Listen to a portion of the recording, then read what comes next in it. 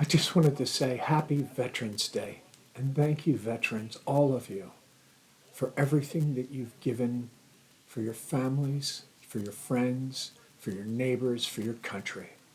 Thank you and happy Veterans Day. Today we're talking about garage sales. Oh, you wonder what in God's name that has to do with anything. Well, I just want you to read with me a little bit and maybe, just maybe, you might find something that makes a little sense to you. Okay, ministry is the work or vocation of a minister of religion. He is training for the ministry. Okay, so often this seems to be the working definition of ministry. Within the minds of people, even in the body of believers, ministry is from the Greek and diakonou, meaning to serve, or doulo, meaning to serve as a slave. And for those who claim to follow after Jesus, he seems to lay it out there for all us to minister not only one to another, but to everyone around us. But what does that look like? It is possible that holding a garage sale is an act of ministry. In short, yes. If I had the energy right now, I'd love to go down the list of all the stories from the past few days, which I could remember over and over again. God seemed to show up in little and not so little ways. However, my fingers are still strained from lifting, sorting, carrying, lifting again, trying to someone's car and getting every ounce of moisture seemingly sucked from the body in the Go Plus degree temperatures that we were blessed with. So I'm going to hold onto a few and share only a snapshot here.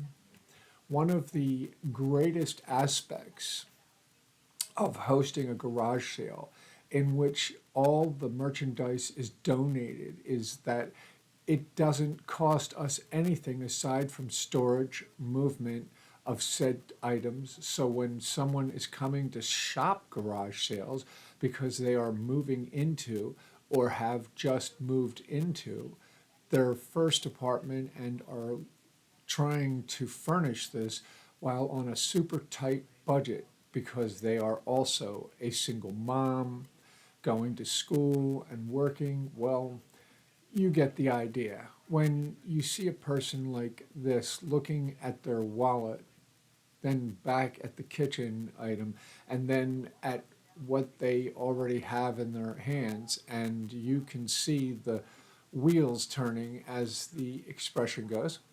Do I have enough to get this stuff and still make rent, food, diapers, etc.? It isn't hard to read this situation, but the conversation begins. How are you today? And the spirit leads from there. A conversation about what all that is going towards. Yes, we are a faith based Christian organization because so tell me a bit about yourself. And where it leads to is giving her as much of what she needed for less than she was planning to spend. Oh, I know. You are suddenly asking yourself, shouldn't a Christian organization just give it to them? Great question.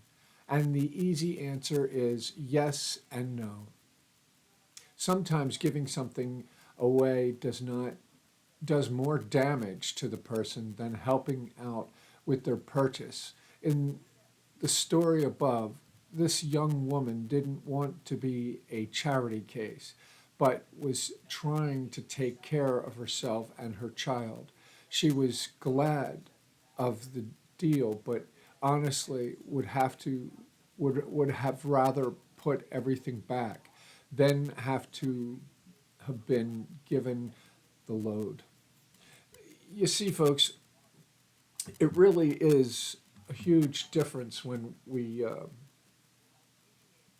decide if we can help people or not. We have to decide if helping people can hurt them more than it can help them.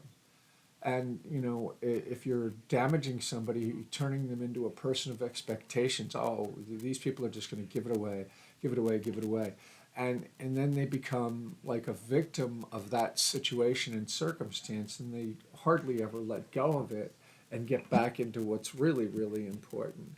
And that comes from time and you know the interpersonal development of that person that you are in front of and dealing with.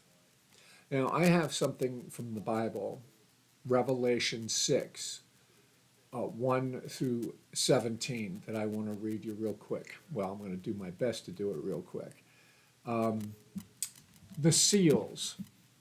I watched as the Lamb opened the first of the seven seals. Then I heard one of the four living creatures say in a voice like thunder, "Come."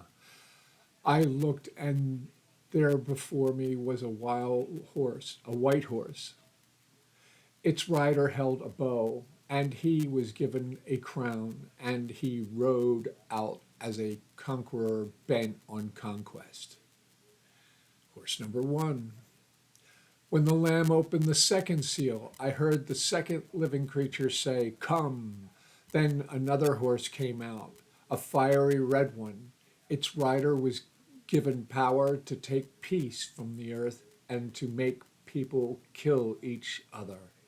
To him was given a large sword. When the Lamb opened the third seal, I heard the third living creature say, "Come." I looked, and there before me was a black horse. Its rider was holding a pair of scales in his hand. And then I heard what sounded like a voice among the four living creatures saying, "2 pounds of wheat for a day's wages, and 6 pounds of barley for a day's wages, and do not damage the oil and the wine." When the Lamb opened the fourth seal, I heard the voice of the fourth living creature say, "Come." I looked, and there before me was a pale horse. Its rider was named Death, and Hades was following close behind him. They were given power over a fourth of the earth to kill by sword, famine, and plague, and by the wild beast of the earth. When he opened the fifth seal, I saw under the altar the souls of those who had been slain because of the sword of God and the testimony they had maintained.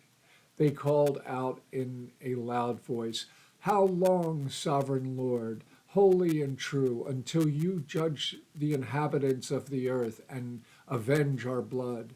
Then each of them was given a white robe, and they were told to wait a little longer and until the full number of their fellow servants, their brothers and sisters, were killed just as they had been. I watched as he opened the sixth seal. There was a great earthquake. The sun turned black like sackcloth made of goat hair. The whole moon turned blood red, and the stars in the sky fell to the earth as figs drop from a fig tree when shaken by a strong wind. The heavens receded like a scroll being rolled up, and every mountain and island was removed from its place. Then the king of the earth, the princes, the generals, the rich, the mighty, and everyone else, both slave and free, hid in caves and among the rocks of the mountains. They called to the mountains and the rocks, "Fall on us and hide us from the face of him who sits on the throne and from the wrath of the Lamb. For the great day of their wrath has come, and who can withstand it?" Well, there it is, folks. This is what's right going to happen, like the instant that God's going to be